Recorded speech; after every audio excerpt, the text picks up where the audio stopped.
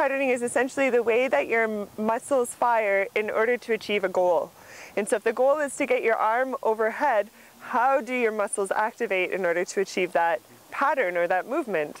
So with the shoulder, we always want to see that your shoulder actually stays down as your arm goes up. And if you look around you when you're spinning or watching other people spin, you might see that they actually get the arm overhead by shrugging the shoulders up by their ears. This is what we want to avoid. So we're going to suggest that you work together in pairs with a friend or use video as a form of a self-analysis. So you can video yourself, watch yourself doing a couple of movements that we're about to suggest, and then analyze the way you're moving and seeing if you're doing it in a way that's biomechanically sound and safe for your body so you can avoid injury. So the first one we're going to have a look at is very simple, the most basic movement patterns. So Nick, what I want you to do is just take your arms and raise them overhead in front of your body. Okay, so that's the first one you're going to have a look at and come down. And the second one, I want you to wave out to the side. So arms overhead, yep, over to the side. Perfect, good. So with those two movements, we should see, as we said before, that your shoulder stays down as your arms go up. Now, can you show us how to do it improperly? See how his shoulders lifted up first? So try it again so they can see again. Shoulders up and arms down. So that's an improper pattern, because what's happened is all of these muscles activated first before the arms went, instead of muscles lower down in the shoulder girdle as the arms go up. Perfect. And let's show them the improper way of bringing the arm out to the side. So shoulders up first. Yes. Okay, so that also is an improper movement pattern.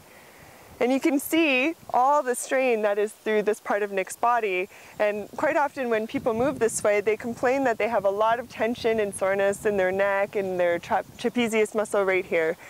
But when you do it like this with your shoulders down, you're using all of the muscles around the shoulder girdle in order to achieve the movement. So start off with those two really basic movement patterns and see how your body is moving. And if it's moving well, then you can progress to the next phase. So the next phase would be to do a whole circle. So Nick, I want you to move, to start with your right arm and bring it up overhead and around the back. Good. Okay. So what Nick is doing really well here is he's keeping his shoulders down as his arm moves up, and then he's turning his body in order to open up his chest to get it behind his body. And this is what you want to see in a lot of your poi practice, is that you're actually moving through the body and not only through the shoulder and staying rigid through your torso. And you can probably see that it looks nicer and it looks easier. Good. So Nick is thinking about twisting from the ground up in order to get his arm behind his body. We could also try the same thing, a circular pattern going from the side. So actually what I would like to see is something that comes in front of the body and over. Okay, good. Yes. And try in the opposite direction. So you can always reverse directions and see if it changes. Now show me a bad way of doing this. What do you see? Yeah, shoulder first, up towards the ear. So you always want to have space, nice long neck. So think about dropping your shoulder. There we go. So that is a much safer pattern for your shoulder and for your neck. And so as you go through this, if you find that your pattern breaks down at any point in time, that's what you need to work. Okay, so if you have already found that your shoulders are up around your ear when you're just doing this movement here, there's no point in moving forward, because as the movement gets more complex and more complicated, it increases the challenge on your body and you're more likely to break down your pattern. So, but if those ones are okay, what we can have a look at is swinging the arms in opposite directions. Good, and you can see here Nick is moving really well through his whole body and his shoulders are staying down, but the challenge on his body has increased because he has to think about moving one arm in one direction and the other arm in the other direction. Good. Very nice. And then finally, if that's looking fine, let's have a look at the windmill pattern. Or what I like to call Poitruvian man. Poitruvian man. So quite a complicated movement in terms of coordination. And also this is where if you have any patterning issues, they're going to show up if they haven't showed up yet. And so Nick is doing a really great job of keeping his shoulders away from his ears.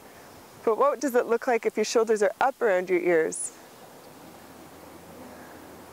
So can you see that at home, that he has no space? No space, and now do it the proper way? Space. I could almost fit my fist in here. Now do it with no space.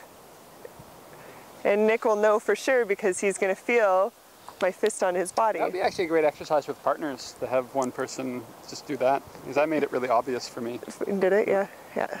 Super. Okay, so try those movements at home. See if you break down in any of those movement patterns, and then see if you can consciously slow it down and correct it. And another thing to remember about all of this is it's just another one of those great things where what's good for your body also tends to look better. So you'll see it a lot where people, when they're spinning, they're going like this, or they're doing stalls, and it just doesn't look good. It looks hunched or something. It looks funny. So it's better for your body, and you'll just look stronger. You'll look more graceful if you're letting your shoulders be down and relaxed. Super. Now, if you cannot consciously correct the pattern, so you're trying with all your might to get the shoulders down as your arms go up, but it just won't happen, you may need to do some specific targeted strengthening exercises to strengthen the muscles in this part of your body, so your lower trapezius and your latissimus dorsi muscles. And we show you how to do that in some of our other videos, and how to strengthen those muscles so then they have enough strength in order to allow you to get your arm overhead without being up by your ears.